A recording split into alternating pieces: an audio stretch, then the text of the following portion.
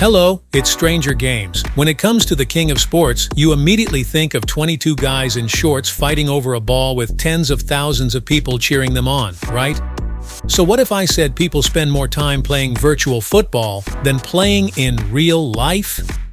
According to The Guardian, every Sunday there are up to 200 million FIFA matches around the world. FIFA is one of the most popular games in history. As of 2021, this series has reached 325 million copies sold, more than the next two names, Madden and NBA. Its owner is none other than EA and the World Football Federation FIFA. On one side is the vampire of the gaming village with the revenue from the football simulation game series exceeding $20 billion in the past 2 decades. On the other side is the World Football Federation, responsible for organizing a major tournament like the World Cup. The unit that just lending people its name to make games is enough to pocket $150 million every year. Then suddenly both sides announced to go their separate ways. The FIFA game series was officially discontinued and replaced by EA Sport FC24. So today, let's learn about the FIFA game series from its small beginning until it killed all competitors and then was taken over by its owner. And now, let's get started.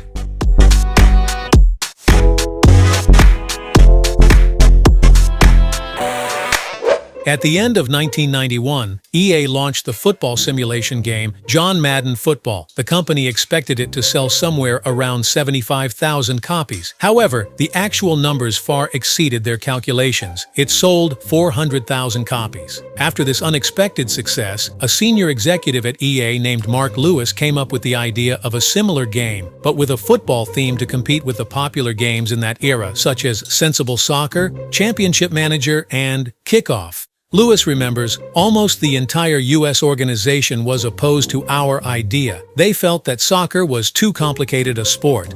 Lewis's persistence, or perhaps the picture of sales reaching 300,000 copies, finally convinced the bosses in San Francisco. EA hired 2 freelance game designers, Jules Burt and John Law, to build a demo version of the game. The pair spent 12 weeks developing 3 test versions, each using a different camera angle. They eventually settled on an angle that made it seem as if the player was looking from the side of the stadium rather than from above, like other soccer games of the time.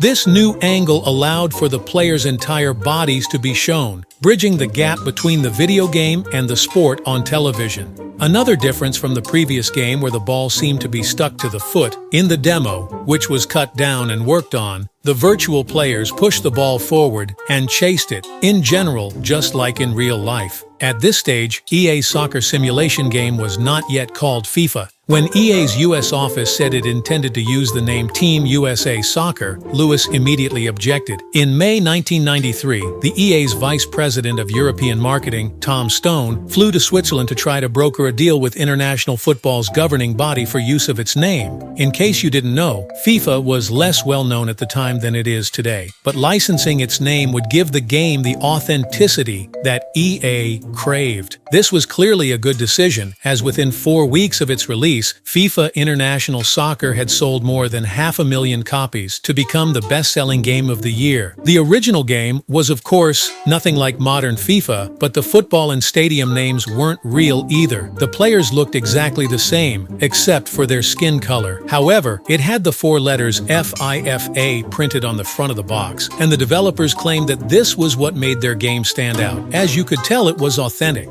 FIFA's success was immediate, but competitors emerged, most notably Winning 11, which later became Pro Evolution Soccer, or PES in short, and is now eFootball. It can be said that the football game market in the early 2000s was like a 2-horse race between these 2 games. FIFA is known for its easy-to-access gameplay, while PES is more tactical and difficult to get used to. Therefore, for many people, PES is a better game. But in life, no one knows the unexpected. Some new developments appeared in the 2000s. The hardware of the game consoles was gradually upgraded, the graphics were improved, and people began to look for the most realistic experience. 22 players are the same, only the skin color is different is not enough. Game experience now must be as close to reality as possible. For football fans, that means being able to control their favorite player playing for their favorite team in a match played at their favorite stadium. While Konami was spending their time developing the engine and perfecting the gameplay for PES,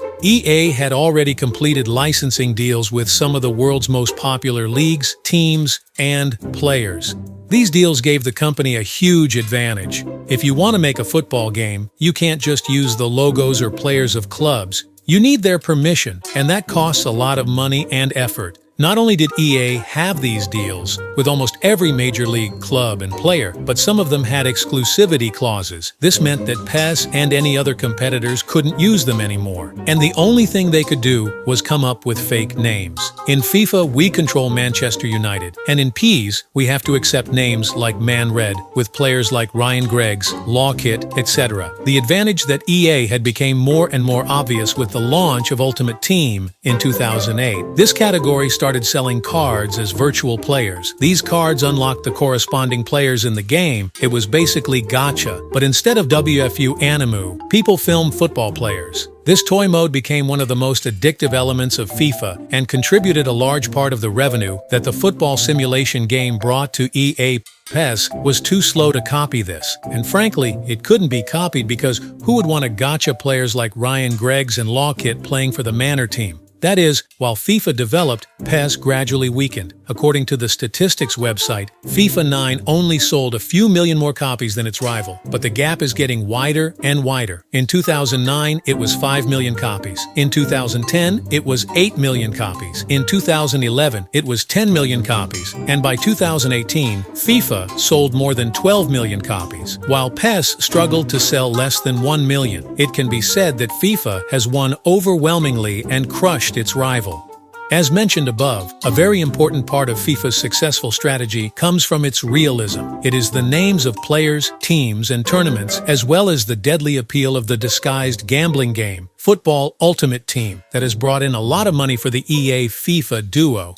According to estimates from the New York Times, the revenue of this football simulation series in the past 2 decades has exceeded $20 billion, nearly 1/3 of the entire Blizzard. Wait, then why do they want to break up when they are doing so well? The reason is still money. It seems that the initial deal between FIFA and EA was quite low. Remember, when FIFA first launched in 1993, video games were still mainly for children, and the Lightning machine at the World Football Federation underestimated its potential. But now, the times have changed. The children of that time are grown up and they continue to play, even pouring a lot of money into it. The gameplay does not need to change. Only the upgraded graphics are enough to release a new version of the game every year. Therefore, FIFA has renegotiated the deal many times and increased the amount of money it receives. EA paid $150 million.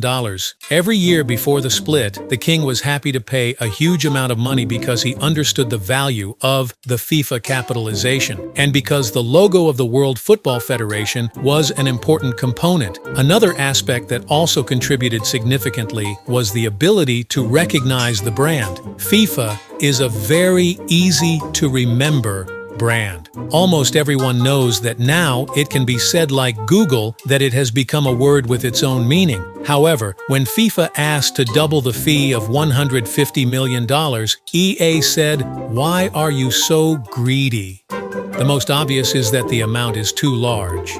However, there are still many other reasons behind it. EA has long considered breaking up because the company began to feel limited by the agreement with the World Football Federation. They wanted to introduce new features to the game, but FIFA often refused because they wanted to protect their brand. For example, EA wants to experiment with Web3 and NFT or organize esports tournaments. Furthermore, the agreement signed by the World Football Federation also limits EA's options. They cannot cooperate with Nike because FIFA has signed an exclusive contract with Adidas. And right after breaking up with FIFA, the first thing EA did was to join hands with Nike.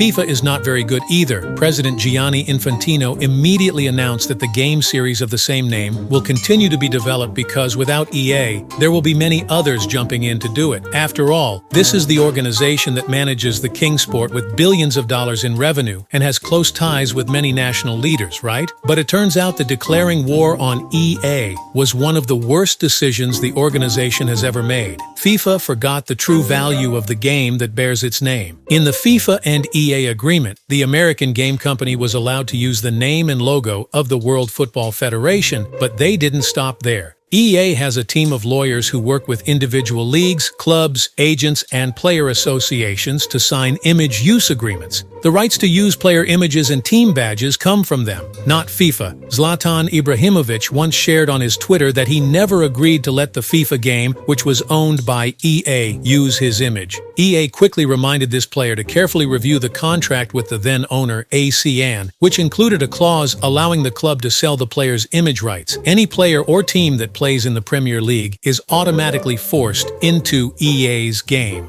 The Vampires have built a list of deals so extensive and complex that it would be extremely expensive for other leagues to copy. Not to mention that in some cases, these deals contain exclusivity clauses. Even though PES has signed deals with the Premier League and Bulgaria, only a few teams from each league will be included in the game. The rest, who have exclusive deals with EA, will still have to use fake names and logos. This is why EA is not afraid of another FIFA mastermind taking over the series. Their competitors cannot copy what they have. Not to mention the decades of experience in game development, the lack of players and major tournaments alone is enough to kill FIFA's plans to make their own game. On the contrary, EA only needs to change the product name to EA Sport FC and sell it as if there was no separation.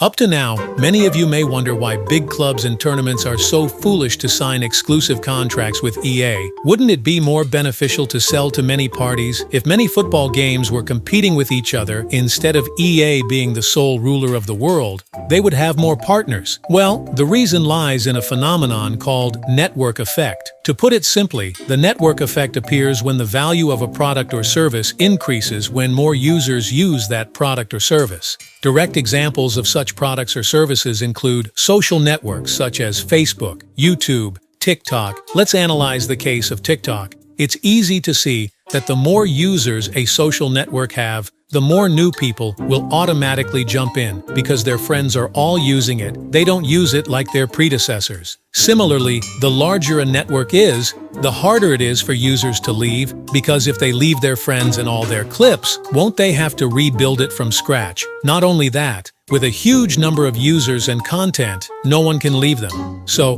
what to watch now? The same story happens with EA and major league clubs when the American game company knocks on the door and slaps them in the face with a set of contracts with many exclusive terms they simply can't refuse. The advantage that EA's game brings is too great, from the amount of money that competitors like Konami can't have to many accompanying benefits. As mentioned at the beginning of the video, every day there are hundreds of millions of matches taking place in FIFA, which means a huge number of eyes are looking at the jerseys and logos of the teams. Football clubs are just like singers or YouTubers. Living on fans, the more fans, the better. So they simply cannot miss the opportunity to promote through EA's game. After successfully crushing competitors, the football world is now in the hands of the Vampires. Both players and partners like FIFA or clubs have only one choice: cooperate with EA. With its influence, EA now does not need the FIFA logo for gamers to know it like before. The inevitable outcome happened. FIFA was killed and the EA Sports FC brand was born. After parting ways with partner EA after nearly 30 years, FIFA 23 is the last game of this long-standing brand. FIFA President Gianni Infantino announced that the association will also launch a rival video game to EA, which is the FC Box.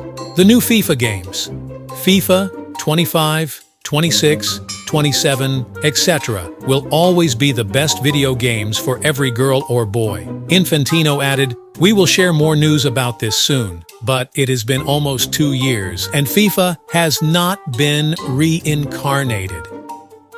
What do you think about the death of this brand? Leave a comment below, guys. Don't forget to like, share, and subscribe to the channel to avoid missing any Stranger Games videos. Goodbye, and see you next time.